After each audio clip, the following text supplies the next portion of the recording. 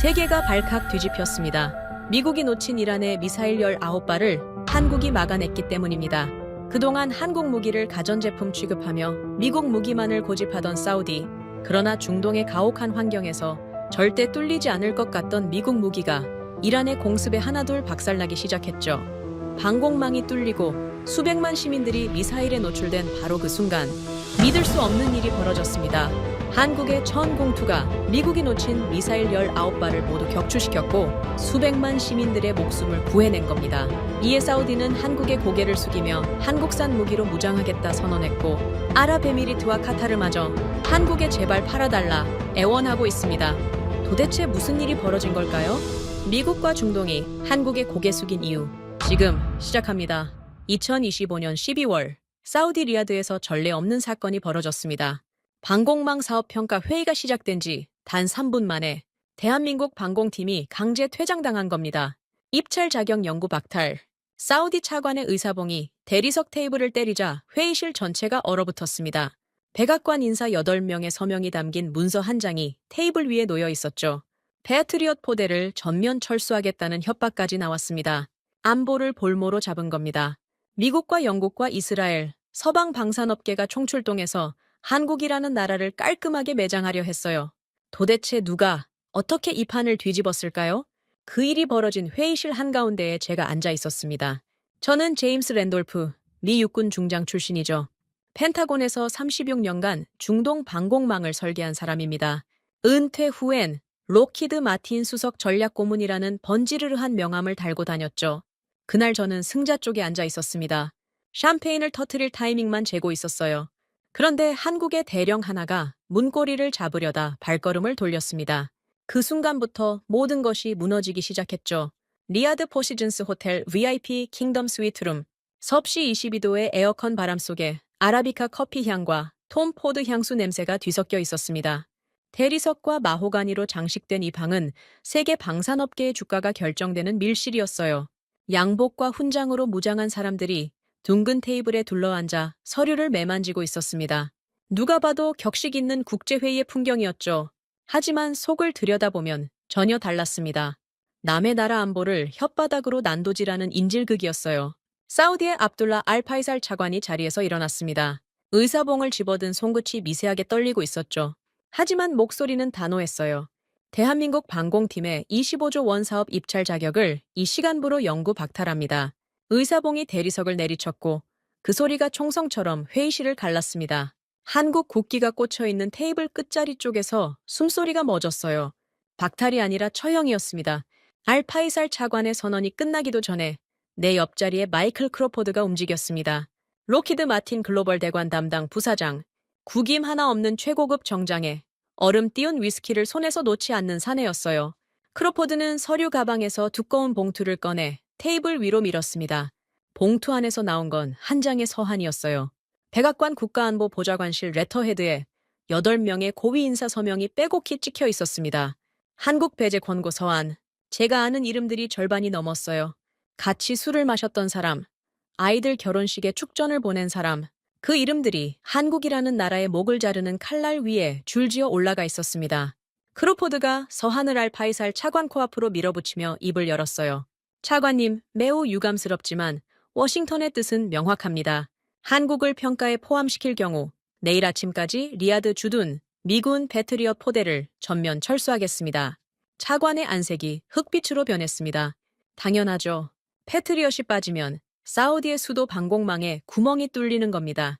수백만 시민의 목숨이 걸린 안보를 인질로 잡은 거였어요. 저는 36년간 펜타곤에서 방공작전을 설계했지만 이렇게까지 노골적인 협박은 처음이었습니다. 크로포드의 입꼬리가 올라가는 게 보였어요. 그 미소가 뱀의 혀처럼 차가웠습니다. 대각선 자리에서 위스키 잔이 찰그랑 부딪히는 소리가 났습니다. 영국 BAE 시스템즈의 나이젤 스털링이었어요.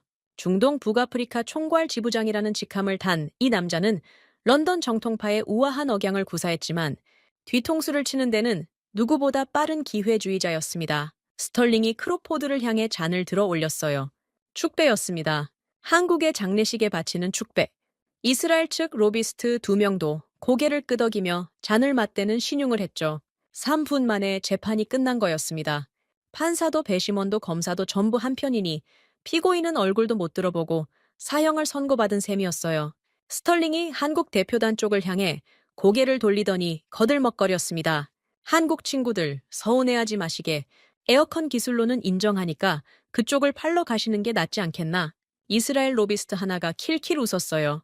제 속이 뒤집어졌습니다. 전쟁 영웅이라는 타이틀을 달고 36년을 살았는데 이 양복쟁이들의 비열한 짓거리를 눈앞에서 지켜보고 있어야 했으니까요.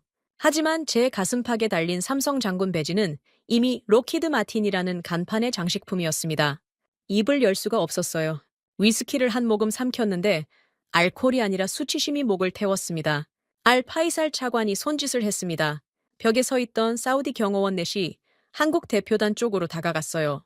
그들의 손이 거칠게 뻗어 한국팀의 노트북 덮개를 덮어버렸습니다. 퇴장을 강요하는 겁니다. 25조 원짜리 사업에서 쫓겨나는 순간이었어요. 한화 에어로스페이스에서 온 곽태식이라는 사내가 굵은 팔뚝에 힘을 주며 서류를 챙겼습니다. 팔뚝에 화상 흉터가 가득했어요. 옆에 앉은 LIG 넥스원의 최명호라는 연구원은 덥수룩한 머리카락 사이로 모니터를 한 번 더 확인하고 나서야 천천히 노트북을 접었습니다. 두 사람 모두 입을 꾹 다물고 있었어요. 굴욕을 삼키는 표정이 똑같았습니다. 고개는 숙이지 않았지만 주먹이 하얗게 질려 있었죠. 한국 대표단의 선두에 서 있던 사내가 문 쪽으로 걸어갔습니다. 박동진이라는 이름의 대령이었어요. 짧게 깎은 머리에 찔러도 피 한 방울 안 나올 것 같은 강직한 턱선을 가진 군인이었습니다. 대한민국 국방부 방위사업청 중동수출단장. 그 사내의 등이 점점 멀어졌어요. 크로포드가 안도하듯 위스키를 한 모금 더 삼켰고 스털링은 양복 소매를 매만지며 다음 의제를 꺼내려 했습니다. 모든 것이 예정대로 흘러가는 것 같았어요. 한국은 퇴장하고 25조 원은 서방이 나눠 먹는 깔끔한 각본이었죠. 그런데 문고리를 잡으려던 박대령이 멈췄습니다. 손이 문고리 위에서 3초쯤 머물렀어요. 그리고 발걸음을 돌렸습니다. 저는 그 순간 박대령의 눈을 봤는데 분노가 아니었습니다. 계산이었어요. 차가운 결심이 끝난 사람의 눈이었습니다. 박대령이 한국 대표단 테이블로 돌아가더니 의자 옆에 세워둔 육중한 장비 케이스를 양손으로 집어들었어요. 케이스가 묵직했습니다. 금속 모서리가 형광등 빛을 반사했죠. 크로포드가 고개를 갸우뚱했습니다. 아직 상황을 파악하지 못한 거였어요. 박 대령이 크로포드 앞 대리석 테이블 한가운데로 그 케이스를 내리쳤습니다. 아니, 내리쳤다는 표현으로는 부족해요. 집어 던졌습니다. 육중한 쇳덩어리가 최고급 유리 위를 관통하며 산산조각을 냈어요. 유리 파편이 크로포드의 양복 위로 비처럼 쏟아졌고 알파이살 차관의 커피잔이 바닥으로 튕겨나갔습니다. 경호원들이 반사적으로 허리에 손을 가져갔죠. 회의실에 무거운 정적이 내려앉았습니다. 아무도 숨을 쉬지 못했어요. 위스키 잔을 들고 있던 스털링의 손이 공중에서 굳어버렸습니다. 크로포드의 입에서 흘러나오던 얼음 녹는 소리마저 멎었어요. 파편 사이로 박대령의 목소리가 떨어졌습니다. 낮았지만 회의실 구석구석까지 박혀드는 음성이었어요. 전쟁은 에어컨 밑에서 양복쟁이들이 혓바닥으로 하는 게 아닙니다. 박대령의 시선이 크로포드를 관통했습니다. 위스키 잔을 쥔 손이 아니라 백악관 서한을 밀어넣은 그 손을 똑바로 보고 있었어요. 저는 36년군 생활 동안 수많은 장교를 만났습니다. 별넷 단 장군들 앞에서도 기가 죽지 않는 사람을 여러 봤어요. 하지만 서방 방산업계의 최정상급 로비스트들 앞에서 25조 원짜리 판을 물리적으로 엎어버린 군인은 처음이었습니다. 크로포드의 양복 위로 유리가루가 반짝거리고 있었어요. 잔뜩 겁에 질린 얼굴이 핏기를 잃었습니다. 알파이살 차관은 깨진 테이블을 내려다보다가 박대령을 올려다봤어요. 경호원들의 손이 여전히 허리춤에 머물러 있었지만 아무도 움직이지 않았습니다. 회의실의 무게중심이 눈에 보이지 않게 이동하고 있었어요. 3분 전까지 이 방의 주인은 크로포드였습니다. 지금은 깨진 유리 파편 위에 우뚝 서 있는 한국의 대령이 공기를 지배하고 있었죠. 저는 양복 안주머니에 넣어둔 손수건을 만지작거렸습니다.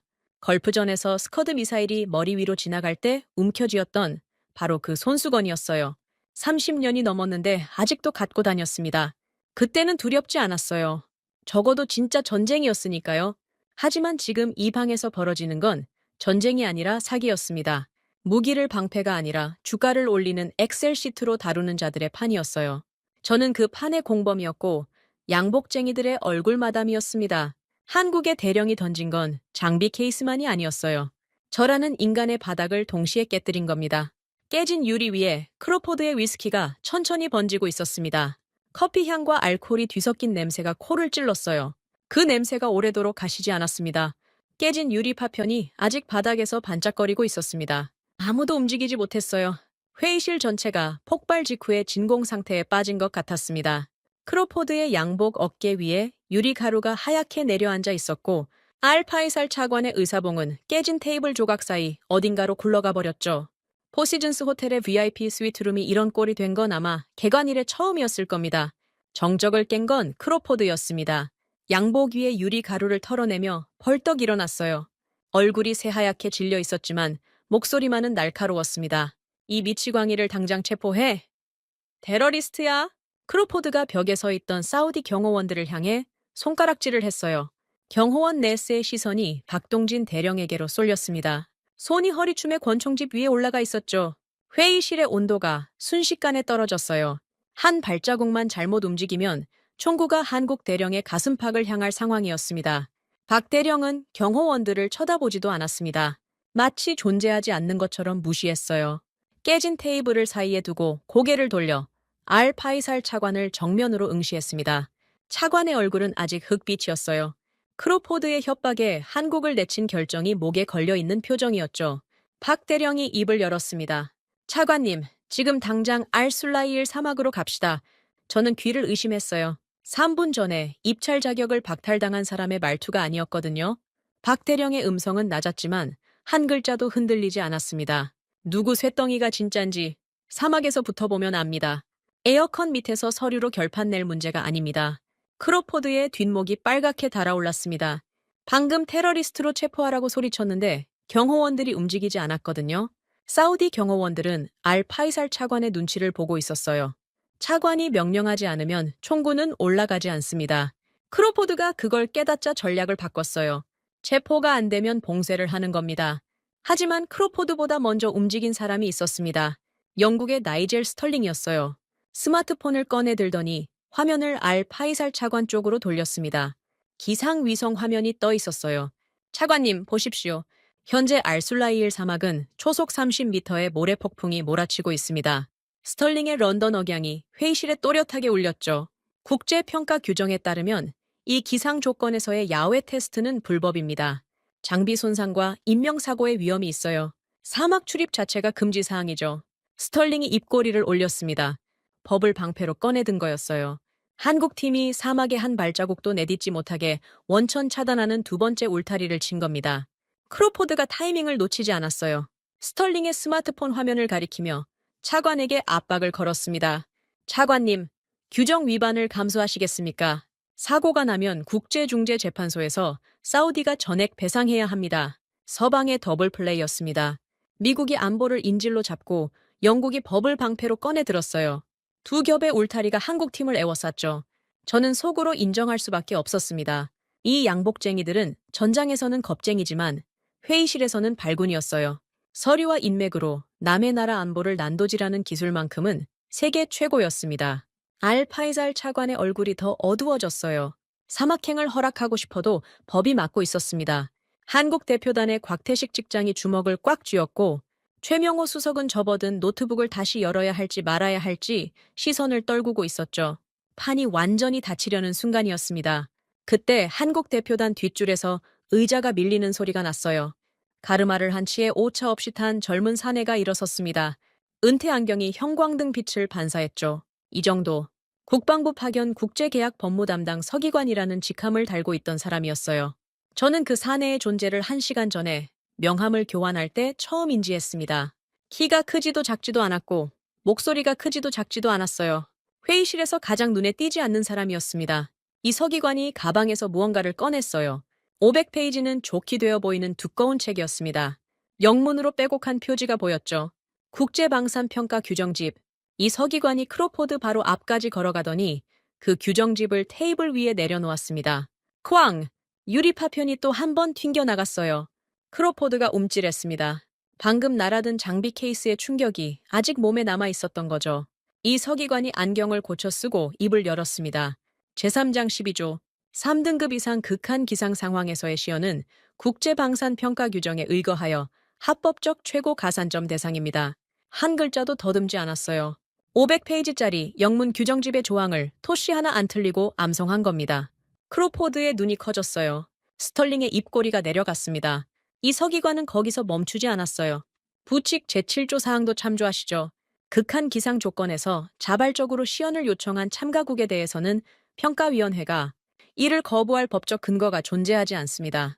회의실의 공기가 또 한 번 뒤집어졌습니다. 스털링이 꺼내든 법의 방패가 정확히 법으로 박살이 난 거였어요. 크로포드가 규정집을 빼앗으려 손을 뻗었습니다. 이 서기관이 한 발 물러서며 규정집을 알 파이살 차관 쪽으로 밀었어요. 차관님, 직접 확인하십시오. 불법은커녕 가산점입니다. 차관의 시선이 규정집 위에 멈췄습니다. 그 눈에서 무언가가 바뀌고 있었어요. 혼란이 아니라 의심이었습니다.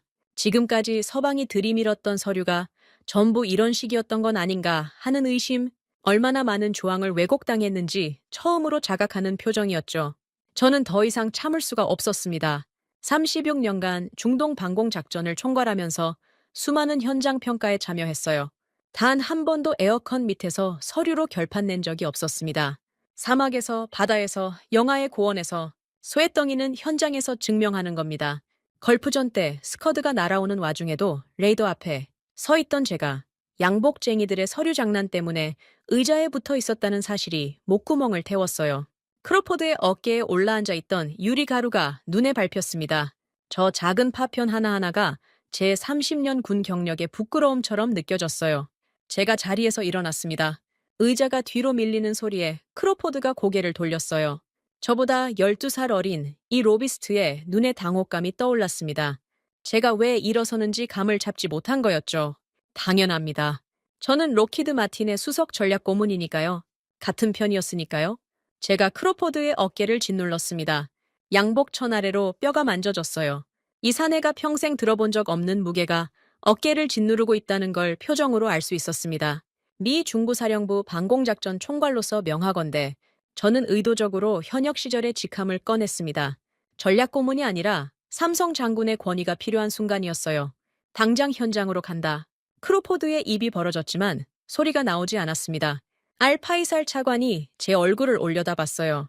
미국의 삼성 장군 출신이 미국의 로비스트를 짓누르며 사막행을 명령하는 장면을 보고 있었습니다.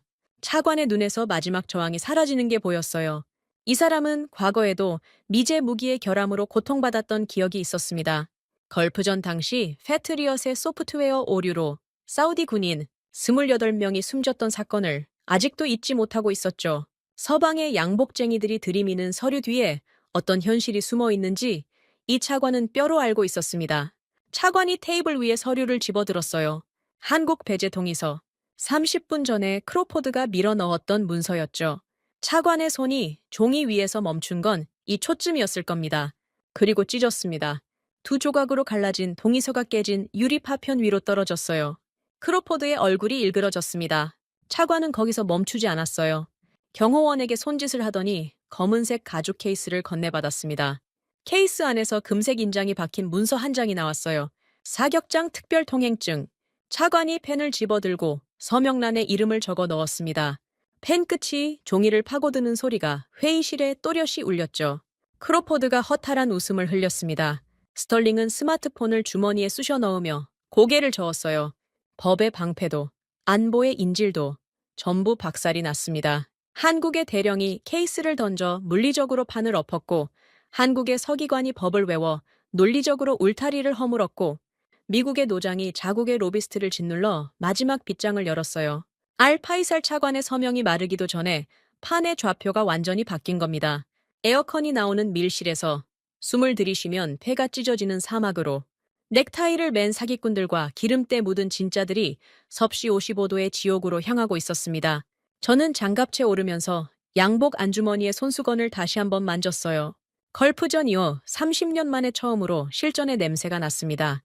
장갑차 문이 열리는 순간 저는 숨을 쉴 수 없었습니다. 섭씨 55도. 숫자로는 알고 있었어요.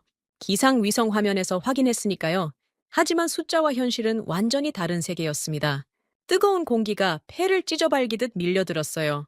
코와 입 사이로 모래 알갱이가 비집고 들어왔습니다. 눈을 뜰 수가 없었어요. 초속 30m의 모래 폭풍이 피부를 사포로 문지르듯 갈아냈습니다. 알술라이일 제3사막 전술 사격장. 이곳은 에어컨이 나오는 밀실과는 다른 차원의 땅이었습니다. 장갑채에서 내린 크로포드의 꼴이 먼저 눈에 들어왔어요. 구김 하나 없던 최고급 양복이 30초 만에 걸레짝이 됐습니다. 모래가 옷깃 사이로 파고들었고 머리카락은 흙덩이처럼 엉겨붙었어요. 크로포드가 팔로 얼굴을 가리며 비명에 가까운 소리를 질렀습니다. 하지만 폭풍 소리에 묻혀 아무도 듣지 못했죠. 영국의 스털링도 사정은 마찬가지였어요. 런던 정통파의 우아한 체면 따위는 첫 번째 모래 돌풍에 증발해 버렸습니다. 미국과 영국에서 온 엔지니어 8명이 장갑차 뒤편에서 우르르 쏟아져 나왔어요. 장비를 세팅해야 할 사람들이었습니다. 이 사람들의 임무는 패트리엇 레이더와 BAE 해상 센서의 사막 적응 시험을 현장에서 감독하는 거였죠. 하지만 장갑차 문이 열린 지 1분도 안 돼서 전원이 장비를 내팽개쳤습니다. 모니터 케이스를 모래 위에 그냥 떨어뜨리고 케이블을 질질 끌며 통제 벙커 쪽으로 내달렸어요. 에어컨이 빵빵하게 돌아가는 콘크리트 벙커. 엔지니어들이 철문 안으로 비명을 지르며 뛰어드는 모습이 보였습니다. 세계 최고의 방산업체에서 왔다는 기술자들이 모래바람 한 번에 장비를 버리고 도망치는 광경이었어요. 저는 36년 군 생활 중에 수많은 사막을 밟았습니다. 걸프전 때 쿠웨이트 사막에서 이틀 동안 물 없이 버틴 적도 있었어요. 하지만 오늘의 이 장면은 걸프전보다 충격적이었습니다. 도망치는 건 신병들이 하는 짓이거든요. 그런데 더 큰 문제가 터졌어요. 사격장 남쪽에 대기 모드로 세워둔 미군 패트리엇 레이더가 있었습니다. 사우디에 상시 배치된 물건이었죠. 2천억 원짜리 장비입니다. 모래 폭풍이 시작되고 20분쯤 지났을 때 레이더 상단의 냉각팬에서 이상한 소리가 났어요. 끼익 하는 금속 마찰음이 폭풍 사이로 들렸습니다. 저는 그 소리를 알아요. 걸프전에서도 들었던 소리거든요. 냉각팬이 모래를 빨아들이고 있었습니다. 30초 후 레이더 측면 패널에 붉은색 경고등이 켜졌어요. 에러 404. 시스템 전면 정지. 2천억 원짜리 미국의 자존심이 모래먼지 한 줌에 뻗어버린 겁니다. 냉각팬 필터가 사막 환경에 맞지 않는 규격이었어요. 36년간 중동 방공망을 설계한 제가 그걸 몰랐겠습니까? 알고 있었습니다. 매번 보고서에 썼어요. 하지만 록히드 마틴은 필터 교체 대신 로비 자금을 늘리는 쪽을 선택했죠. 그 선택의 결과물이 지금 붉은 불을 깜빡이며 사막 한가운데 멈춰 서 있었습니다. 크로포드가 통제 벙커 안에서 마이크를 잡고 고함을 질렀어요. 이건 천재지변이다. 평가 무효를 선언한다. 스피커를 통해 갈라진 목소리가 사격장 전체에 울렸습니다. 뻔한 수법이었죠. 현장에서 이기지 못하면 규정을 들먹여서 판을 엎는 겁니다. 리야드 회의실에서 한번 먹히지 않았던 수법을 또 꺼내드는 뻔뻔함이 역겨웠어요. 알파이살 차관이 벙커 구석에서 이마에 땀을 닦으며 크로포드를 쳐다봤습니다. 차관의 눈에 피로와 혐오가 동시에 떠올라 있었어요. 서방의 무기가 자기네 사막에서 스스로 죽어가는 꼴을 실시간으로 목격하고 있었으니까요. 그때 벙커 출입구 쪽에서 철문이 열리는 소리가 났습니다. 안에서 밖으로 나가는 사람이 있었어요. 모든 사람이 바깥에서 안으로 도망쳐 들어오는 판에 역방향으로 움직이는 인간이 나타난 겁니다. 한화에어로스페이스의 곽태식 직장이었어요. 방진 마스크 하나만 얼굴에 걸치고 장갑도 없이 맨손으로 철문을 밀었습니다. 굵은 팔뚝이 드러났어요. 화상 흉터가 손목에서 팔꿈치까지 빽빽하게 이어져 있었습니다. K9 자주포부터 천궁 발사대까지 30년을 쇳가루와 씨름한 흔적이었죠. 곽 직장이 폭풍 속으로 한 발자국을 내디뎠습니다. 모래가 얼굴을 때렸어요. 마스크 위로 눈만 드러나 있었는데 그 눈이 찡그려지지도 않았습니다. 두 번째 발자국, 세 번째 발자국. 곽 직장이 55도의 모래 지옥 한가운데를 향해 걸어 들어갔어요. 벙커 안의 모니터로 그 장면을 지켜보고 있었습니다. 크로포드는 입을 다물었어요. 도망쳐 들어온 미국 엔지니어들도 모니터 앞에 모여들었습니다. 아무도 말을 하지 못했죠. 곽 직장이 사격장 중앙에 세워진 천궁 발사대 앞에 도착했어요. 발사대 하단에 모래가 수북이 쌓여 있었습니다. 곽 직장이 무릎을 꿇더니 두 손으로 모래를 퍼냈어요. 맨손이었습니다. 금속 표면이 55도의 직사광선에 달궈져 있었을 텐데 화상 흉터 가득한 손이 주저하지 않았어요. 모래를 걷어내고 하부 패널을 열고 몸을 발사대 안쪽으로 밀어 넣었습니다. 기어 들어간 겁니다. 폭풍이 거세지면 시야가 제로가 돼요. 그 안에서 뜨거운 필터를 교체하는 작업을 맨손으로 하고 있었습니다. 7분이 걸렸습니다. 곽 직장이 발사대 아래에서 기어 나왔을 때 마스크 아래로 땀이 비오듯 흘러내리고 있었어요. 손등이 빨갛게 달아 있었습니다. 새로운 화상이 기존 흉터 위에 겹쳐진 거였죠. 하지만 곽 직장은 손등을 작업복에 한번 쓱 문지르고는 벙커를 향해 엄지를 치켜 세웠습니다. 준비 완료. 벙커 안에서 또 다른 움직임이 있었어요. 에릭 넥스원의 최명호 수석이 벙커 구석에 자리를 잡고 앉아 있었습니다. 덥수룩한 머리에 낡은 기업 점퍼를 걸치고 주변에서 무슨 일이 벌어지든 노트북 화면만 응시하고 있었죠. 곽 직장의 엄지 신호가 모니터에 잡히자 최 수석의 손가락이 움직였습니다. 키보드를 두드리는 소리가 12번 울렸어요. 그리고 엔터키를 내려쳤습니다. 한 번, 시게. 벙커 바깥에서 소리가 났습니다. 엉! 낮고 묵직한 울림이 모래폭풍을 뚫고 퍼졌어요. 사격장 중앙에 천공 레이더 안테나가 돌아가기 시작했습니다. 초속 30m의 모래 속에서 55도의 열기 한가운데서 미국 장비가 에러 404를 띄우고 뻗어버린 바로 그 환경에서 한국의 레이더가 눈을 떴어요. 안테나가 일정한 속도로 회전하며 전파를 쏘아 올렸습니다. 벙커 앞 모니터에 수치가 떴어요. 먼지 유입 제로, 냉각 시스템 정상, 탐지 범위 최대, 초록색 정상 표시 등이 화면 전체를 채웠습니다. 저는 그 화면을 보면서 다리에 힘이 빠지는 걸 느꼈어요. 2천억 원짜리 패트리엇이 모래 한 줌에 무릎을 꿇은 바로 그 자리에서 한국의 천궁이 멀쩡하게 돌아가고 있었습니다. 필터 하나의 차이였어요. 아니, 필터가 아니었습니다. 사막에서 기계를 굴려본 사람과 에어컨 밑에서 엑셀만 두드린 사람의 차이였죠. 30년을 쇳가루와 화상 흉터로 살아온 기술자와 30년을 로비, 자금과 접대비로 살아온 로비스트의 차이였습니다. 벙커 안이 조용해졌어요. 크로포드는 마이크를 내려놓고 벽에 기대섰습니다. 평가 무효를 외칠 명분이 사라진 거였죠. 미국 엔지니어들은 고개를 숙인 채 자기네 패트리엇의 붉은 에러 화면과 한국, 천궁의 초록 정상 화면을 번갈아 보고 있었어요. 스털링은 스마트폰을 만지작거리다가 주머니에 쑤셔 넣었습니다. 기상 위성 화면을 보여줄 필요가 없어진 거였어요. 모래 폭풍은 분명히 불고 있었습니다. 한국의 기계만 거기서 살아남은 거였죠. 그때 벙커 문이 열리며 바깥 공기가 밀려들었어요. 사격장에서 30년째 근무하고 있다는 사우디 현지 레이더 기장이 들어왔습니다. 하산 알도사리, 62살의 이 노인은 평생 미국제 장비에 낀 모래를 닦아내며 서방 엔지니어들의 갑질을 견뎌온 바닥 실무자였어요. 하산이 벙커 안 모니터를 훑어봤습니다. 패트리엇의 붉은 에러 화면, 천궁의 초록 정상 화면, 하산의 시선이 초록 화면 위에 멈췄어요. 먼지 유입 제로, 냉각팬 정상 가동, 하산이 손에 들고 있던 렌치를 바닥에 내던졌습니다. 쇳소리가 벙커 안에 울렸어요. 30년이요. 하산의 목소리가 갈라져 있었습니다. 30년 동안 미국 기계에 낀 모래를 닦아냈소. 필터를 갈아달라고 100번을 말했소. 매번 다음 예산에 반영하겠다는 답만 돌아왔지. 하산이 모니터 앞에 선 미국 엔지니어들을 돌아봤어요. 아무도 하산의 눈을 마주치지 못했습니다. 오늘 처음 봤소. 진짜 기계를 만지는 사람들을. 하산의 손가락이 천궁 화면을 가리켰어요. 저 한국인들이요. 저게 진짜 쇳덩이를 다루는 놈들이요.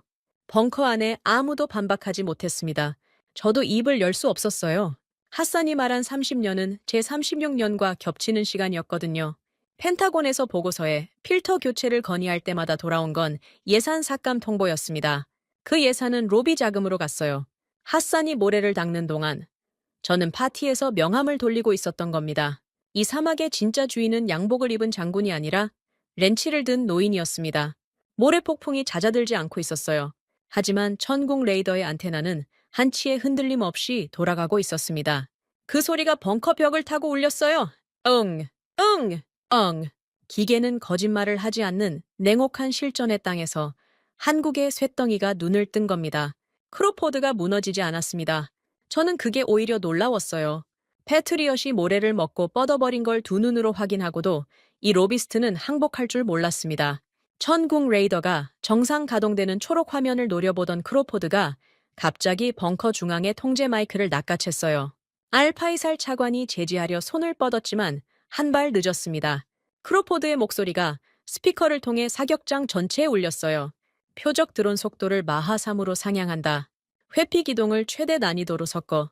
크로포드가 사격장 통제 요원에게 직접 명령을 내린 겁니다. 사우디 통제 요원이 당혹한 얼굴로 알파이살 차관을 쳐다봤어요. 크로포드에게 이 사격장의 운용 권한은 없었습니다. 하지만 차관이 대답하기 전에 크로포드가 다시 마이크를 움켜쥐었어요. 차관님, 공정한 평가를 원하신다면 조건을 동일하게 맞춰야 하지 않겠습니까? 한국 장비가 모래 폭풍에서 켜진 건 인정합니다. 하지만 실사격은 다른 문제예요. 교활했습니다. 레이더가 돌아간 것까지는 인정하되 실사격에서 바닥을 보여줄 거라는 계산이었죠. 표적 속도를 극단적으로 끌어올리면 아무리 레이더가 살아있어도 요격 자체가 불가능하다는 확신이 크로포드의 눈에 서려 있었습니다. 저는 속으로 씁쓸하게 인정했어요. 크로포드의 계산이 틀리지 않았거든요. 마하 3은 초속 1000m가 넘는 속도입니다. 거기에 회피 기동까지 섞으면 요격 확률이 수직으로 추락해요. 패트리엇도 이상적 환경에서나 마하 3을 잡습니다. 모래 폭풍 속 55도 사막에서 마하 3짜리 회피 표적을 맞추는 건 솔직히 저도 불가능에 가깝다고 판단했어요. 크로포드가 조건을 왜곡한 건 비열했지만 결과적으로 한국 장비의 한계를 드러낼 수 있는 유효한 수법이었습니다. 그런데 박동진 대령의 반응이 예상 밖이었어요. 벙커 구석에 팔짱을 끼고 서 있던 박 대령이 크로포드를 향해 턱짓을 했습니다. 가볍게 심드렁하게 마하3이요? 박 대령의 입꼬리가 올라갔어요. 비웃는 게 아니었습니다. 진심으로 시시하다는 표정이었죠. 마하4로 올리시죠. 벙커 안의 공기가 멈췄습니다. 알파이살 차관이 고개를 돌려 박 대령을 봤어요. 크로포드의 입이 벌어졌습니다.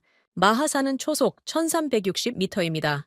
지구상에 존재하는 거의 모든 단거리 탄도미사일의 속도를 상회하는 수치예요. 이 조건에서 요격을 시도하겠다는 건 줄 없이 외줄타기를 하겠다는 소리와 다름없었습니다. 저는 박 대령이 미쳤다고 생각했어요. 솔직히 그랬습니다. 크로포드가 웃었습니다. 이번에는 진심으로 웃었어요. 한국이 스스로 무덤을 판다고 확신한 거였죠. 좋습니다. 마하4. 크로포드가 통제 요원에게 고개를 끄덕였어요. 사격이 재개됐습니다. 마하4, 최대 난이도 회피 기동. 이 조건을 버틸 수 있는 방공 시스템은 이론적으로 존재하지 않았습니다. 적어도 제가 아는 세계에서는요. 첫 번째로 발사된 건 영국의 BAE, 해상 레이더 연동 요격 체계였어요. 표적 드론이 마하4로 치솟자 BAE의 추적 레이더가 열기에 오버히트되며 화면이 꺼졌습니다. 요격탄이 발사조차 되지 못했어요. 요격률 0, 스털링의 얼굴이 창백해졌습니다. 다음은 이스라엘 센서 연동 체계였죠. 라파엘에서 가져온 최신 저고해선 센서가 사막의 복사열에 눈이 멀었어요. 표적을 잡지 못한 채 요격탄 5발이 허공으로 날아가 사막 모래밭에 처박혔습니다. 요격률 0. 이스라엘 측 기술자가 모니터 앞에서 머리를 감싸 쥐었어요. 마지막으로 미국의 자존심 PAC-3가 나섰습니다. 패트리엇의 최신 개량형이죠. 아까 레이더가 뻗어버렸지만 예비 장비를 벙커 내부에서 급하게 연결한 거였어요.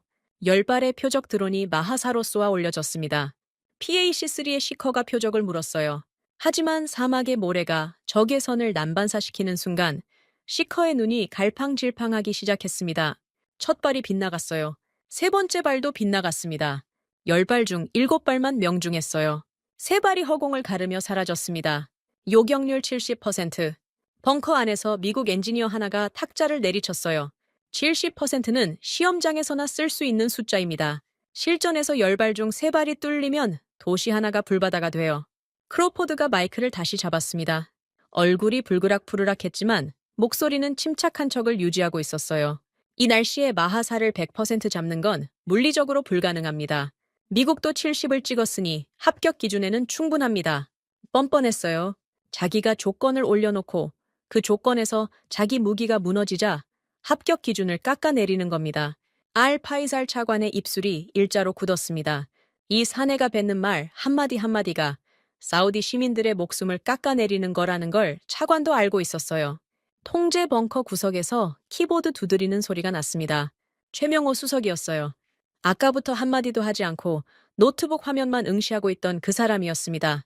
덥수룩한 머리카락 사이로 모니터 불빛이 반사됐어요. 최 수석이 엔터키를 눌렀습니다. 벙커 바깥에서 소리가 터졌어요. 스위! 파란 불기둥이 천공 발사대에서 치솟았습니다. 10발의 요격탄이 궤적을 틀며 상공으로 쇄도했어요. 벙커 앞 모니터에 10개의 파란 점이 떴습니다. 천궁의 요격탄이었어요. 그 위로 10개의 붉은 점이 마하4의 속도로 회피 기동을 펼치고 있었습니다. 파란 점들이 궤적을 실시간으로 수정하며 붉은 점을 추격했어요. 마하사로 도망치는 표적을 뒤쫓는 게 아니었습니다. 표적이 갈 곳을 미리 읽고 거기서 기다리는 움직임이었어요. 첫 번째 충돌. 붉은 점 하나가 사라졌습니다. 2초 뒤에 두 번째가 사라졌어요. 세 번째, 네 번째, 다섯 번째. 붉은 점이 연쇄적으로 소멸했습니다. 여섯, 일곱, 여덟, 아홉 번째 붉은 점이 사라질 때 벙커 안에서 누군가 숨을 들이켰어요. 그리고 열 번째, 마지막 붉은 점이 화면에서 증발했습니다. 전광판에 숫자가 떴어요. 요격률 100%, 열발 발사, 열발 명중, 시간 오차 0.0초, 벙커 안이 묘하게 조용했습니다. 환호가 터져야 할 순간인데 너무 압도적이어서 아무도 소리를 내지 못했어요. 알파이살 차관이 모니터 앞으로 한 걸음 다가갔습니다. 숫자를 확인하고 또 확인했어요. 영국 엔지니어들이 고개를 떨궜습니다. 이스라엘 기술자가 안경을 벗고 눈을 비볐어요. 미국 엔지니어들은 아예 모니터에서 눈을 돌렸습니다. 크로포드의 목소리가 벙커를 찢었어요. 조작이다! 의자에서 벌떡 일어나며 모니터를 손가락으로 찍었습니다. 한국 놈들이 사우디 서버를 해킹한 거야. 이 데이터는 가짜다.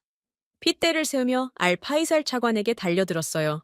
차관님, 즉시 한국 장비의 네트워크 로그를 압수해야 합니다. 서버 접근 기록을 조사하면 조작의 증거가 나올 겁니다.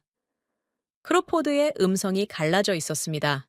자기 무기가 70%를 찍었을 때는 합격이라고 뻔뻔하게 외치던 입이 한국이 100%를 찍자 해킹이라고 울부짖고 있었어요. 저는 그 얼굴을 보면서 구역질이 치밀었습니다. 36년 군 생활 동안 저와 같은 편이었다고 믿었던 세계의 진짜 얼굴이었거든요. 그때 벙커 철문이 발길에 차이며 벌컥 열렸습니다. 모래바람이 쏟아져 들어왔어요. 곽태식 직장이 서 있었습니다. 방진 마스크를 턱 밑으로 내리고 화상 흉터가 선명한 양손에 무언가를 들고 있었어요. 쇠덩이 파편이었습니다. 방금 요격되어 산산조각난 표적 드론의 잔해. 금속 표면이 아직 열기를 품고 있어서 아지랑이가 피어오르고 있었어요. 곽 직장이 벙커 안으로 성큼성큼 걸어 들어왔습니다. 크로포드의 앞에 멈춰섰어요. 그리고 뜨거운 파편을 크로포드의 최고급 구두 발밑에 휙 던졌습니다. 쇠조각이 구두코를 때리며 쨍그랑 소리를 냈어요. 크로포드가 반사적으로 뒷걸음질 쳤습니다. 곽 직장이 입을 열었어요. 경상도 사투리가 벙커 벽에 부딪혀 울렸습니다. 기계는 거짓말 안 합니다. 크로포드를 내려다보는 눈에 분노 같은 건 없었어요. 경멸이었습니다. 입으로 쏜 게 아니라 실력으로 맞춘 기입니다. 해킹 운운하기 전에 발밑에 굴러다니는 증거부터 주워 보이소. 크로포드의 시선이 구두 앞에 놓인 쇠덩이 파편 위에 멈췄습니다. 아지랑이가 아직 피어오르고 있었어요. 조작이라고 우기려면 이 파편이 가짜라는 걸 증명해야 했습니다. 하지만 55도 사막에서 갓 떨어진 실물 증거 앞에서 해킹을 들먹일 수는 없었죠. 크로포드의 입이 열렸다 닫혔습니다. 아무 소리도 나오지 않았어요. 벙커 안의 파편의 열기가 천천히 식어가고 있었습니다. 그 열기가 빠져나가는 만큼 크로포드의 체면도 증발하고 있었어요. 파편의 열기가 채 식기도 전에 저는 호텔로 돌아갔습니다. 새벽 1시가 넘어 있었어요. 포시즌스 호텔 스위트룸 침대에 양복도 벗지 않은 채 누웠습니다. 55도 사막에서 겪은 일들이 머릿속에서 뒤엉켜 돌아갔어요. 패트리엇의 붉은 에러 화면, 천궁의 초록 정상 화면, 크로포드의 구두 앞에 떨어진 뜨거운 파편, 곽태식 직장의 화상 흉터, 30여 년 동안 쌓아올린 제 세계가 하루 만에 금이 가고 있었습니다. 잠이 오지 않았어요. 커튼 틈으로 리야드의 야경이 보였습니다. 수백만 시민이 잠들어 있는 도시였죠. 이 도시의 하늘을 지키는 방패가 모래 한 줌에 뻗어버렸다는 사실을 이 사람들은 모르고 있었어요. 새벽 2시쯤이었을 겁니다. 벽이 흔들렸어요. 처음에는 지진인 줄 알았습니다. 사우디에서 지진은 극히 드물지만 몸이 먼저 반응했어요. 침대에서 굴러떨어졌습니다. 바닥에 엎드린 순간 호텔 전체의 조명이 나갔어요. 아무, 그리고 소리가 왔습니다. 사이렌이었어요. 코드 레드. 리야드 전역의 방공 경보가 밤하늘을 찢어버렸습니다. 걸프전 이후 30년 만에 듣는 실전 사이렌이었어요. 몸의 모든 세포가 기억하고 있었습니다. 이 소리가 울리면 죽음이 하늘에서 떨어진다는 걸요. 호텔 복도가 아수라장이 됐습니다. 사우디 경호원들이 알파이살 차관을 부축하며 지하 방공 벙커로 내달렸어요. 크로포드가 양복 상의도 걸치지 못한 채 와이셔츠 바람으로 복도를 뛰어가고 있었습니다. 스털링은 구두 한 짝을 방에 두고 나왔어요. 저는 36년의 본능으로 움직였습니다. 생각보다 몸이 먼저였어요.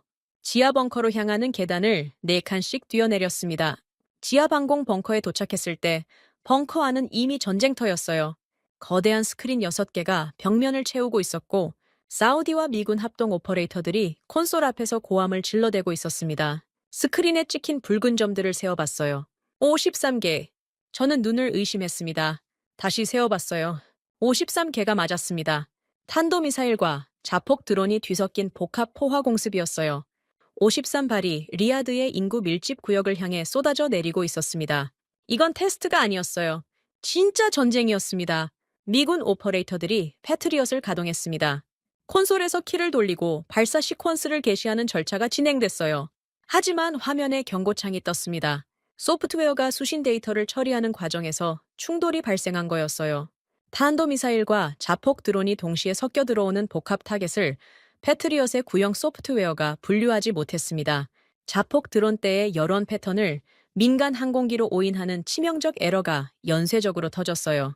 오퍼레이터가 수동으로 타겟을 재지정하려 했지만 53발이 동시에 쏟아지는 상황에서 수동 조작은 불가능했습니다. 패트리엇이 34발을 잡았어요. 간신이었습니다. 자동 교전 모드가 잡을 수 있는 표적만 골라서 쏜 겁니다. 문제는 나머지였어요. 19발이 1차 방어망을 뚫었습니다. 스크린의 19개의 붉은 점이 리야드 시내를 향해 곤두박질치고 있었어요. 작탄까지 3분. 벙커 안의 시간이 멈췄습니다. 누군가 비명을 질렀어요. 사우디 오퍼레이터 하나가 콘솔 위에 이마를 박으며 기도를 시작했습니다. 19발이 리야드 시내에 떨어지면 수백만 시민이 잠든 거주 구역이 불바다가 됩니다. 학교, 병원, 모스크, 아이들이 자고 있는 건물 위로 탄두가 떨어지는 거였어요. 저는 다리에 힘이 빠졌습니다. 걸프전에서 스커드가 날아올 때도 서 있었던 다리가 이 순간에는 버텨주지 않았어요. 바닥에 주저앉았습니다. 30여 년간 중동 방공망을 설계한 사람이 자기가 만든 방패에 구멍이 뚫리는 걸 실시간으로 보고 있었어요. 19발. 착탄까지 2분 30초. 제 손이 떨렸습니다. 스크린의 붉은 점들이 한 픽셀씩 리야드에 가까워지고 있었어요. 아무것도 할 수 없었습니다. 그때 벙커 구석에서 키보드 소리가 났어요. 빠르지도 느리지도 않은 일정한 리듬의 타건 소리였습니다. 고개를 돌렸어요. 에나식 넥스원의 최명호 수석이 앉아 있었습니다. 땀 한 방울 흘리지 않고 있었어요.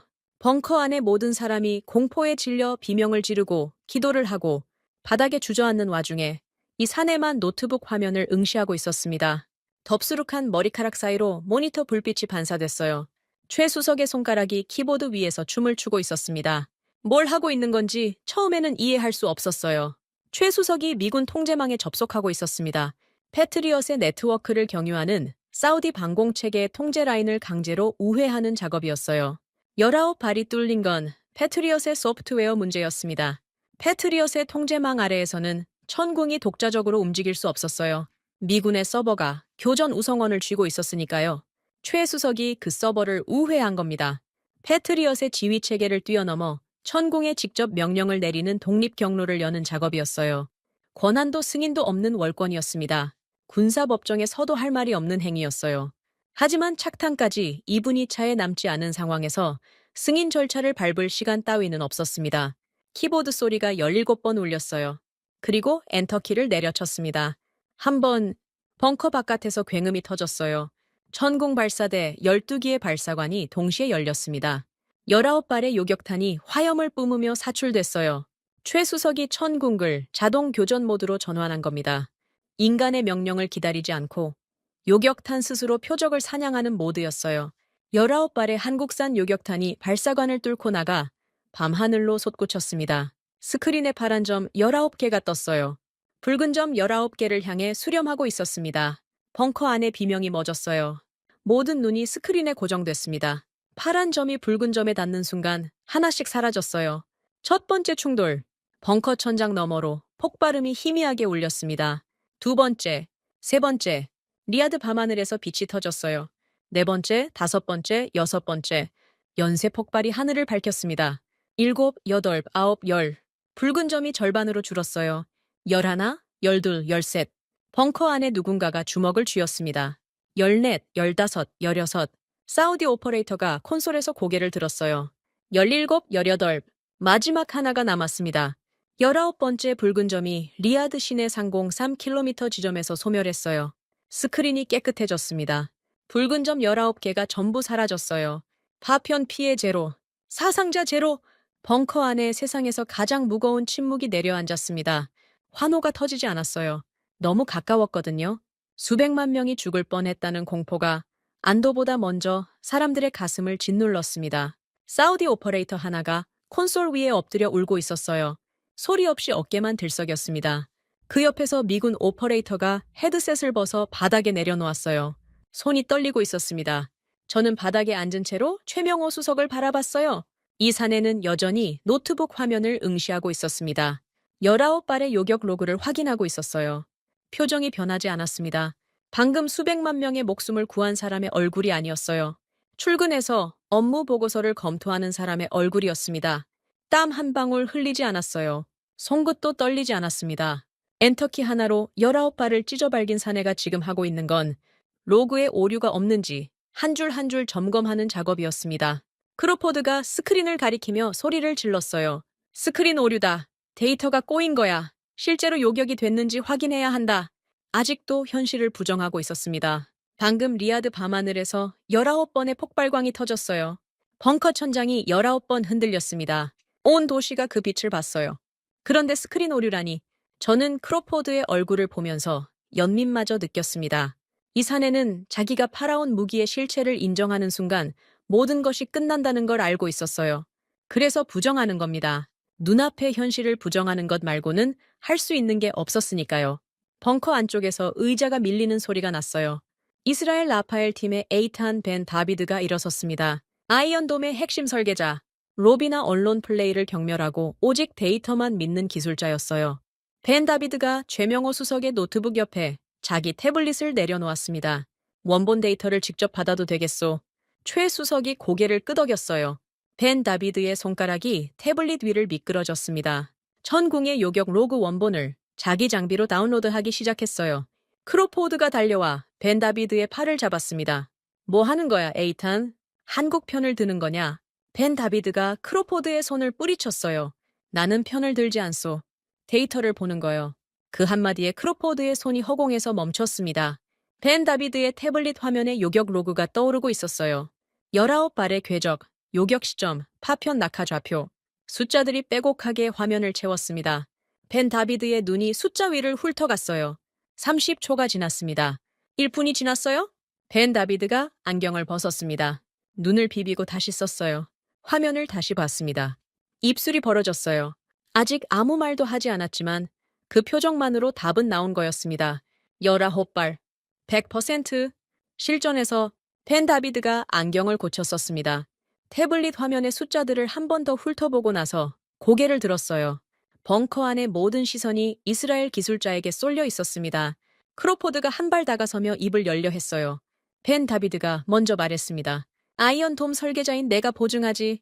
목소리가 낮았지만 벙커 벽에 반사되어 구석구석까지 박혔어요. 이 요격 로그는 인류 방공 역사상 가장 완벽한 데이터요. 크로포드의 입이 벌어진 차에 다치지 않았습니다. 벤 다비드는 거기서 멈추지 않았어요. 19발, 폭합포화, 야간 기습. 이 조건에서 100% 요격을 기록한 시스템은 지구상에 존재하지 않았소. 아이언돔도 못하는 일이요? 이스라엘의 국보급 기술자가 자국의 자존심을 내려놓고 한국의 기술을 인정한 겁니다. 크로포드가 외쳐왔던 조작 운운은 그 한마디로 숨통이 끊어졌어요. 크로포드가 벽 쪽으로 물러나며 스마트폰을 꺼냈습니다. 손가락이 떨리고 있었어요. 워싱턴에 전화를 거는 거였습니다. 목소리를 최대한 낮췄지만 벙커의 콘크리트 벽이 소리를 가둬버렸어요. 저는 세 걸음 떨어진 곳에서 전부 들었습니다. 사우디 측 통신망 불량 때문입니다. 패트리엇의 소프트웨어 문제가 아니에요. 사우디의 노후된 중계 시스템이 타겟 데이터를 왜곡한 겁니다. 저는 주먹이 떨렸어요. 방금 수백만 명이 죽을 뻔한 상황에서 이 사내가 하는 일이 책임 전가였습니다. 자기네 무기가 19발을 뚫린 건 사우디 탓이라고. 30년 넘게 사우디의 돈으로 기름칠을 해온 시스템이 무너졌는데 그 책임을 사우디에게 돌리고 있었어요. 전쟁 영웅이라는 타이틀을 가진 제가 같은 국적의 로비스트가 동맹국을 배신하는 현장을 3m 앞에서 목격하고 있었습니다. 벙커의 육중한 철문이 바깥에서 강제로 열렸습니다. 금속이 비명을 지르듯 끼익 소리를 냈어요. 모래 섞인 바깥 공기가 밀려들었고 군화 소리가 콘크리트 바닥을 때렸습니다. 한 명이 아니었어요. 다섯, 여섯, 일곱 켤레의 군화가 일사불란하게 벙커 안으로 진입했습니다. 무장 경호원들이었어요. 완전 군장에 자동소총을 가슴 앞에 대각선으로 걸치고 있었습니다. 경호원들 뒤에서 한 남자가 모습을 드러냈어요. 사우디 군복에 사성 장군 견장을 단 장신의 인물이었습니다.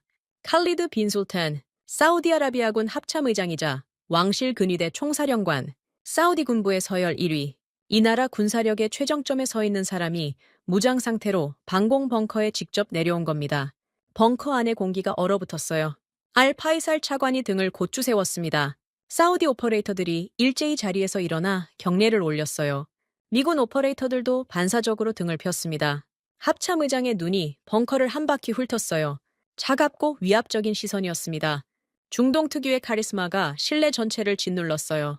칼리드 합참의장의 시선이 스크린에 멈췄습니다. 패트리엇의 요격 기록과 천궁의 요격 기록이 나란히 떠 있었어요. 패트리엇 53발 중 34발 요격, 19발 미용력, 천궁 19발 중 19발 요격, 100%. 숫자가 모든 것을 말하고 있었습니다. 크로포드가 스마트폰을 주머니에 쑤셔넣고 합참의장에게 달려갔어요. 변명하려는 거였습니다. 워싱턴과 통화한 내용을 합참의장에게 직접 전달하려는 계산이었죠. 하지만 크로포드가 합참의장 앞 2걸음 거리에 도달하기 전에 경호원이 움직였습니다. 자동소총의 개머리판이 크로포드의 가슴팍을 정확히 가격했어요. 둔탁한 소리와 함께 크로포드의 몸이 뒤로 날아갔습니다. 등이 콘솔에 부딪히며 모니터 하나가 바닥으로 떨어졌어요. 크로포드가 바닥에 나뒹굴었습니다. 와이셔츠 단추 하나가 튕겨나가 콘크리트 위를 대굴대굴 굴렀어요. 양복쟁이가 개머리판에 찍혀 바닥에 납작 엎드린 꼴이었습니다. 그 누구도 크로포드를 일으켜 세우지 않았어요. 미군 오퍼레이터들조차 시선을 돌렸습니다. 칼리드 합참의장이 걸었습니다. 바닥에 쓰러진 크로포드를 밟을 듯 지나쳤어요. 미군 장교들이 서 있는 구역을 투명 인간 취급하며 통과했습니다. 영국의 스털링이 고개를 숙이며 한 발 뒤로 물러섰어요. 합참의장은 그 누구에게도 눈길을 주지 않았습니다. 벙커의 맨 안쪽, 한국 대표단이 서 있는 곳까지 일직선으로 걸어갔어요. 박동진 대령 앞에 멈춰 섰습니다. 벙커 안에 모든 사람이 숨을 멈췄어요. 칼리드 합참의장이 고개를 숙였습니다. 사우디 군부의 서열 1위가 사성 장군 견장을 단 사내가 한국의 대령에게 정중하게 고개를 숙인 겁니다. 박 대령은 미동도 하지 않았어요. 경례를 받는 것도 사양하는 것도 아닌 그냥 그 자리에 서 있었습니다. 짧게 깎은 머리 위로 벙커의 형광등 빛이 내려앉았어요. 저는 그 장면을 보면서 가슴이 쪼그라드는 것 같았습니다. 30여 년간 동맹이라는 이름으로 이 나라의 돈을 먹고 이 나라의 안보를 좌지우지해왔던 미국의 삼성 장군 출신인 제가 사우디의 최고 사령관에게 인사 한 번 받지 못한 채 구석에 서 있었어요. 합참의장이 벽에 걸린 직통작전 전화를 집어들었습니다. 수화기를 귀에 갖다 대고 명령을 내렸어요. 모든 포대에 하달한다. 지금 즉시 미군 통제망을 단절해라. 벙커 안에서 3명의 사우디 장교가 동시에 움직였습니다. 콘솔 뒤편으로 돌아가 패트리엇의 메인 서버에 연결된 통신 케이블을 잡았어요. 미군 오퍼레이터 하나가 손을 뻗었습니다. 잠깐! 이건 미군 자산입니다. 함부로 손대실 수 없습니다. 사우디 장교가 그 손을 뿌리쳤어요. 케이블이 뽑혔습니다. 무직! 금속 커넥터가 분리되는 소리가 벙커에 울렸어요. 동시에 메인 스크린 2개가 꺼졌습니다. 미국 국방부 로고가 떠있던 화면이 검은색으로 변했어요. 30년 동안 사우디 방공망의 두뇌 역할을 해왔던 미군 서버의 전원이 물리적으로 차단된 겁니다. 크로포드가 바닥에서 몸을 일으키며 소리를 질렀어요. 이건 동맹 파기입니다. 미 국무부에 즉시 통보할 겁니다. 합참의장이 크로포드를 돌아봤습니다. 시선이 3초쯤 머물렀어요. 벌레를 내려다보는 눈이었습니다. 합참의장은 아무 대답도 하지 않았어요. 크로포드에게 돌아선 등을 보여주고 다시 스크린 쪽을 향했습니다. 합참의장이 2번째 명령을 내렸어요. 이 시간부로 사우디 영공 지휘권은 100% 한국이 통제한다. 모든 방공자산의 운용 권한을 즉시 이관해라. 사우디 장교들이 콘솔에 새로운 코드를 입력했습니다. 꺼져 있던 중앙 스크린이 다시 켜졌어요. 미국 국방부 로고가 있던 자리에 태극 마크가 떠올랐습니다. 벙커의 가장 큰 화면, 사우디 방공망의 심장을 상징하는 메인 스크린 한가운데에 태극기의 붉은색과 푸른색이 번갈아 빛났어요. 그 아래로 한글이 떴습니다. 통합방공지휘체계, 대한민국. 저는 그 화면을 바라보면서 양복 안주머니에 손수건을 꺼냈습니다. 걸프전에서부터 들고 다녔던 손수건이었어요. 이마에 땀을 닦는 게 아니라 손에 뭔가를 쥐고 있지 않으면 무릎이 꺾일 것 같았거든요. 25조 원짜리 판에서 양복쟁이들의 목줄이 끊어지고 기름때 묻은 진짜들의 지휘봉이 꽂히는 순간이었습니다. 크로포드는 바닥에서 일어나 벽에 기대선 차에 스크린을 올려다보고 있었어요. 태극 마크가 그 사내의 얼굴 위로 붉게 반사되고 있었습니다. 스털링은 벙커 구석에서 고개를 숙이고 있었어요. 미군 오퍼레이터들은 빈 콘솔 앞에 서서 할 일을 잃은 사람들의 표정을 짓고 있었습니다. 최명호 수석이 노트북을 접었어요. 처음으로 화면에서 눈을 뗀 거였습니다. 옆에 서 있던 곽태식 직장이 최 수석의 어깨를 한번 툭 쳤어요. 말은 없었습니다. 박동진 대령이 합참의장에게 거수 경례를 올렸어요. 합참의장이 경례를 받았습니다. 두 군인 사이에 말은 필요 없었어요. 숫자가 전부 말했으니까요. 19발, 100% 사상자 제로. 이 숫자 앞에서 외교적 수사도, 로비 자금도, 백악관 서한도 전부 종이 쪼가리에 불과했습니다. 벙커 밖에서 리야드의 새벽 아잔 소리가 희미하게 들려왔어요. 살아남은 도시가 아침을 맞이하고 있었습니다. 리야드의 새벽 아잔이 끝나기도 전에 벙커 안에 다시 경보음이 울렸습니다. 새벽 4시. 19발의 공포가 가신 지 2시간도 되지 않았어요. 사우디 오퍼레이터가 콘솔 앞에서 고함을 질렀습니다. 페르시아만 방면, 다수 열왕 감지, 해상 접근 중, 스크린에 새로운 붉은 점들이 떠올랐어요. 세어봤습니다. 28개, 자폭 드론 모함이었어요. 소형 선박에 폭발물과 드론을 가득 실은 해상, 자살 공격 편대가 페르시아만 쪽에서 사우디 해안을 향해 밀려오고 있었습니다. 하늘에서 끝난 줄 알았던 전쟁이 바다에서 다시 시작된 겁니다. 저는 콘솔 뒤에서 다리를 끌며 스크린 앞으로 갔어요. 28척의 모함이 부채꼴 대형으로 상해하며 해안선에 접근하고 있었습니다. 속도가 빨랐어요. 이 모함들이 해안 5km 이내에 도달하면 탑재된 자폭 드론을 일제히 풀어놓습니다. 석유시설, 해수 담수화 플랜트, 해안 거주 구역, 사우디 동부 해안의 핵심 인프라가 사정권 안에 있었어요. 영국의 BAE 해상 레이더가 가동됐습니다. 사우디 해군에 납품된 BAE의 해상 감시 체계가 베르시아만 일대를 담당하고 있었거든요. 하지만 스크린에 뜬 건 쓸모없는 노이즈 덩어리였어요. BAE 레이더가 파도의 반사파와 어선의 열원을 자폭 모함과 구분하지 못했습니다. 스크린 위에 붉은 점과 흰 점이 뒤섞여 난장판이 됐어요.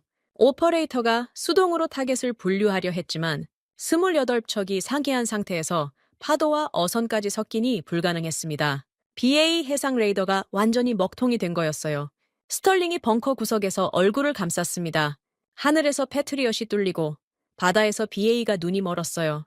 서방의 방패가 하루 만에 2번 무너진 겁니다. 벙커 안쪽에서 키보드 소리가 다시 울렸습니다. 최명호 수석이었어요. 이 사내는 대체 언제 잠을 자는 건지. 아까 노트북을 접은 게 무색하게 다시 화면 앞에 앉아 있었습니다. 최 수석의 손가락이 키보드 위를 스쳤어요. 천군과 연동된 한국의 해안 방어 체계가 벙커 모니터에 떠올랐습니다. 미공. 한국이 독자 개발한 근거리 해상 요격 시스템이었어요. 전궁의 탐지 데이터를 실시간으로 공유받아 해상의 여론을 독자적으로 추적하고 다연장 로켓으로 타격하는 체계였습니다. 비공의 탐지 화면이 BAE의 노이즈 난장판과는 차원이 달랐어요. 파도의 반사판은 자동으로 필터링됐고 어선의 열원은 회색 점으로 분류되어 밀려났습니다. 스크린 위에 붉은 점 28개만 깨끗하게 남았어요. 모함 하나하나의 속도, 방향, 예상 도달 시간까지 실시간으로 갱신되고 있었습니다. 비공이 28개의 타겟을 동시에 라곤했어요. 최 수석이 엔터키를 눌렀습니다. 해안에 배치된 비공 발사대에서 다연장 로켓이 일제히 사출됐어요. 화염이 새벽 바다를 밝혔습니다. 단 한 차례의 사격이었어요. 스크린 위에 붉은 점 28개가 동시에 깜빡이더니 차례로 소멸했습니다.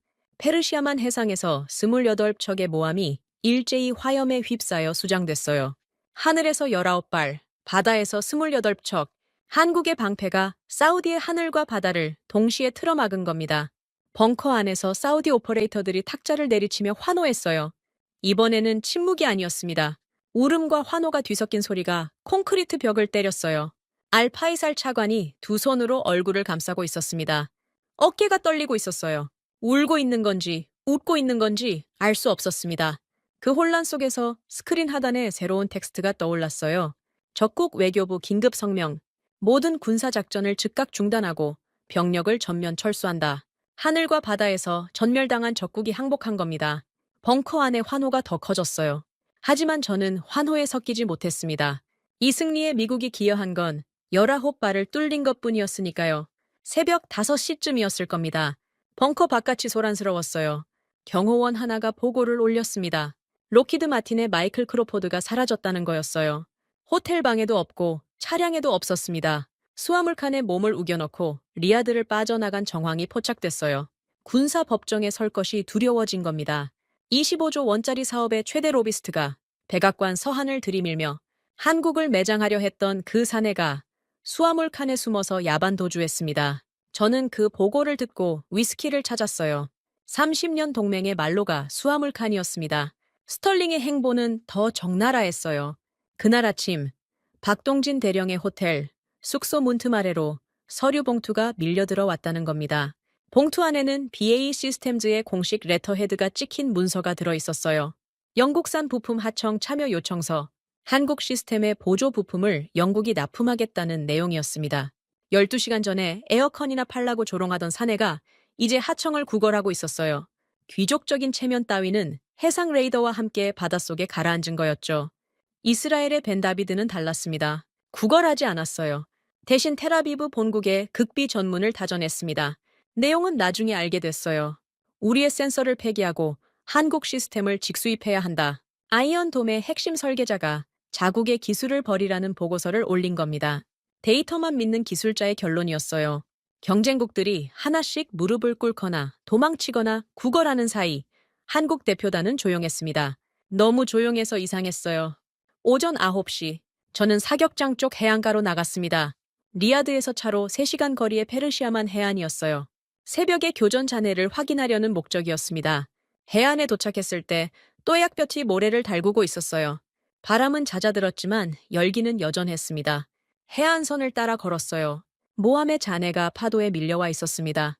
검게 그을린 금속 조각들이 모래 위에 흩어져 있었어요. 그 사이로 움직이는 사람이 보였습니다. 2명이었어요. 한 명은 금속 탐지기를 들고 모래밭을 기어다니고 있었습니다. 곽태식 직장이었어요. 화상 흉터 가득한 팔뚝으로 탐지기를 쥐고 빗소리가 날 때마다 무릎을 꿇고 손으로 모래를 파헤쳤습니다. 날카로운 쇳조각을 하나씩 주워 올려 허리에 찬 자루에 담고 있었어요. 옆에서 박동진 대령이 장갑을 끼고 같은 작업을 하고 있었습니다. 또약볕이 2사람의 등을 내리찍고 있었어요. 승리의 축배를 마셔야 할 사람들이 땡볕 아래서 파편을 줍고 있었습니다. 저는 다가갔어요. 뭘 하고 있는 겁니까? 박 대령이 고개를 들었습니다. 땀이 턱선을 타고 흘러내리고 있었어요. 박 대령이 주운 쇳조각 하나를 제게 내밀었습니다. 날카로운 모서리가 손가락을 벨 만큼 뾰족했어요. 우리가 쏜 파편입니다. 사우디 해안계 아이들이 놀러 옵니다. 이런 파편에 발이 베이면 안 되지 않겠습니까? 박 대령의 목소리는 담담했어요. 영웅의 어조가 아니었습니다.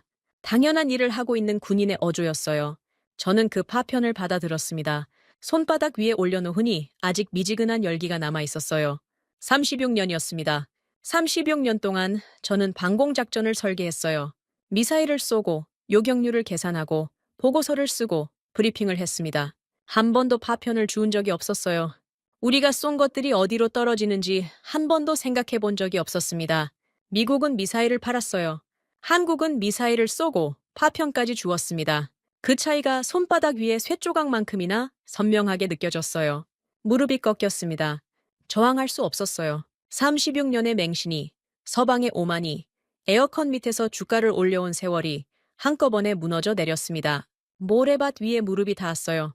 파편을 쥔 손이 떨렸습니다. 박 대령이 저를 내려다보지 않았어요. 그냥 옆으로 지나가며 다음 파편을 주우러 갔습니다. 곽 직장의 금속 탐지기가 삐소리를 냈어요. 또 하나를 찾은 겁니다. 또의 약볕 아래서 2사람의 등이 묵묵히 움직이고 있었어요. 페르시아만의 파도가 해안을 적시고 있었습니다. 제 무릎 아래로 뜨거운 모래가 스며들었어요. 석 달이 지났습니다. 2026년 3월 22일 워싱턴 DC의 아침은 리야드와는 다른 종류의 차가움이 있었어요. 섭씨 4도.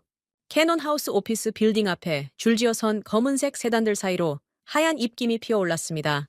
저는 차에서 내리면서 양복 안주머니를 만졌어요. 손수건이 아니었습니다. 사우디 해안가에서 주운 미사일 파편이었어요. 석 달 동안 이 쇠 조각을 한 번도 손에서 놓지 않았습니다. 날카로운 모서리가 손바닥에 자국을 남겼지만 신경 쓰지 않았어요. 이 파편이 오늘 제가 해야 할 일을 매 순간 상기시켜 줬으니까요. 상원군사위원회 특별청문회장. 대리석 기둥과 마호가니 패널로 장식된 이 공간은 미국 방산업계의 심장이었습니다. 전 세계 군산복합체의 주가가 이 방에서 결정돼요. 양복 차림의 국회의원들이 반원형 단상에 앉아 있었고 그 아래로 펜타곤 고위층과 방산업체 임원들이 빼곡하게 자리를 채우고 있었습니다. 로키드 마틴, 레이시온, 노스롭 그러먼 미국 방산의 빅3 임원들이 뒷줄에 나란히 앉아 있었어요. 앞줄에는 별 2개에서 4개까지 현역 장성 7명이 정복 차림으로 자리를 잡고 있었습니다. 카메라 플래시가 쉴 새 없이 터졌어요. CNN, 폭스뉴스, 로이터, 글로벌 언론사 기자 30여 명이 방청석 뒤편에 진을 치고 있었습니다. 저는 증인석으로 걸어갔어요. 마호가니 테이블 위에 마이크가 놓여 있었습니다. 마이크 옆에 서류 한 뭉치가 가지런히 정렬되어 있었어요. 로키드 마틴이 준비한 증언 대본이었습니다. 억대 달러를 들여 최고급 로펌 3곳이 합작해서 써낸 물건이었어요. 대본의 핵심은 명확했습니다.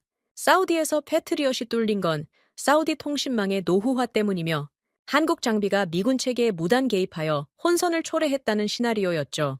한국의 책임을 전가하고 패트리엇의 명예를 보전하고 로키드 마틴의 주가를 지키는 완벽한 각본이었습니다. 이 대본대로 읽으면 저는 로키드 마틴의 충성스러운 고문으로 남게 돼요. 연봉도, 스톡옵션도, 펜타곤 출입증도 전부 유지됩니다. 위원장이 의사봉을 내리쳤어요. 증인 제임스 에이스, 랜돌프 전 중장을 증인석으로 소환합니다. 위원장의 목소리가 마이크를 통해 청문회장을 채웠습니다. 저는 증인석에 앉았어요. 마이크가 입 앞에 놓였습니다. 카메라 렌즈 수십 개가 제 얼굴을 향하고 있었어요. 뒷줄에 앉은 로키드 마틴 임원이 저를 뚫어지게 보고 있었습니다. 대본대로 하라는 무언의 압력이었죠. 위원장이 첫 번째 질문을 던졌어요. 랜돌프 전 중장, 2025년 12월 리아드 방공 사태에서 한국 장비의 결함으로 인해 미군 패트리엇 체계가 방해를 받은 것이 사실입니까? 조작된 질문이었습니다. 질문 자체에 이미 답이 들어가 있었어요. 한국 장비의 결함이라는 전제가 사실인 것처럼 포장되어 있었죠. 이 질문에 예라고 답하면 한국이 사우디 사태의 원흉이 됩니다. 로키드 마틴의 대본 첫 페이지에 적힌 대로였어요. 저는 테이블 위에 대본을 내려다봤습니다. 하얀 종이 위에 빼곡한 글씨들이 보였어요. 한 줄 한 줄이 거짓말이었습니다. 손이 대본 위에 올라갔어요. 종이의 감촉이 손끝에 닿았습니다. 로키드 마틴의 로고가 페이지 상단에 박혀 있었어요. 30년 넘게 이 로고 아래서 일했습니다. 걸프전 영웅이라는 훈장도 이 로고가 빛나게 해줬어요. 하지만 양복 안주머니의 파편이 허벅지를 눌렀습니다. 날카로운 모서리가 옷감을 뚫고 살을 찔렀어요. 박동진 대령의 목소리가 귀에 울렸습니다. 사우디 아이들이 다치면 안 됩니다. 또해약볕 아래서 파편을 줍던 두 사람의 등이 눈앞에 떠올랐어요. 곽태식 직장의 화상 흉터, 최명호 수석의 흔들리지 않는 손가락, 핫산이 바닥에 내던진 렌치 소리, 크로포드의 구두 앞에 떨어진 뜨거운 쇠조각. 대본을 집어들었습니다. 카메라가 일제히 초점을 맞췄어요. 로키드 마틴 임원이 고개를 끄덕였습니다. 시작하라는 신호였죠. 저는 대본을 양손으로 잡았어요. 종이가 당겨지는 감촉이 손바닥에 전해졌습니다. 그리고 찢었어요. 한 번에 2조각으로 갈랐습니다. 카메라 플래시가 폭발했어요. 찢어진 종이를 다시 잡고 4조각으로 만들었습니다. 또 찢었어요. 8조각. 종이 파편이 마호가니 테이블 위로 흩뿌려졌습니다. 로키드 마틴의 로고가 찢겨나간 종이 쪽이 카메라 앞에서 떨어져 내렸어요. 청문회장이 얼어붙었습니다. 위원장의 의사봉을 든 손이 공중에서 멈췄어요. 뒷줄에 앉은 방산업체 임원 넷이 동시에 자리에서 일어났습니다. 얼굴이 사색이었어요. 펜타곤 장성들의 시선이 일제히 저를 향했습니다. 기자들의 카메라 셔터 소리가 기관총처럼 연달아 터졌어요. 저는 양복 안주머니에서 파편을 꺼냈습니다. 석 달 동안 품고 다녔던 사우디 해안가의 쇠조각이었어요. 마호가니 단상 위에 파편을 올려놓았습니다. 쨍! 금속이 나무를 때리는 소리가 마이크를 통해 청문회장 전체에 울렸어요. 날카로운 모서리에 아직 사막에 흙이 묻어 있었습니다. 마이크를 당겼어요. 위원장님, 질문에 답하겠습니다. 목소리가 떨리지 않았습니다. 사막에서 결심한 순간부터 이미 모든 떨림은 끝나 있었어요. 한국 장비의 결함이 미군 체계를 방해한 사실은 없습니다. 진실은 정반대입니다. 청문회장의 공기가 바뀌었어요. 2025년 12월 18일 새벽, 리야드에 53발의 복합 포화 공습이 쏟아졌습니다. 미군의 패트리엇은 34발을 잡았지만 소프트웨어 오류로 19발을 뚫렸습니다. 뒷줄에서 의자가 삐걱거리는 소리가 났어요. 19발이 수백만 시민이 잠든 리야드 시내를 향해 떨어지고 있었습니다. 착탄까지 3분이었어요. 벙커 안에 누구도 손을 쓸 수 없었습니다. 저를 포함해서요. 청문회장이 숨을 죽였어요. 그 3분 안에 한국의 엔지니어 한 명이 미군 통제망을 우회하고 천궁 방공 체계를 독자 가동했습니다. 19발의 요격탄이 19발의 탄두를 전부 격추했어요. 100% 파편 피해 제로, 사상자 제로, 방산업체 임원 하나가 자리를 떴습니다. 문을 열고 나가는 등이 보였어요. 그리고 록히드 마틴의 수석 로비스트 마이클 크로포드는 수화물 칸에 숨어 리야드를 도망쳤습니다. 웅성거림이 터졌어요. 위원장이 의사봉을 2번 내리쳤습니다. 저는 멈추지 않았어요. 단상 위의 파편을 손가락으로 가리켰습니다. 이 쇠조각이 사우디 해안가에서 주운 미사일 파편입니다.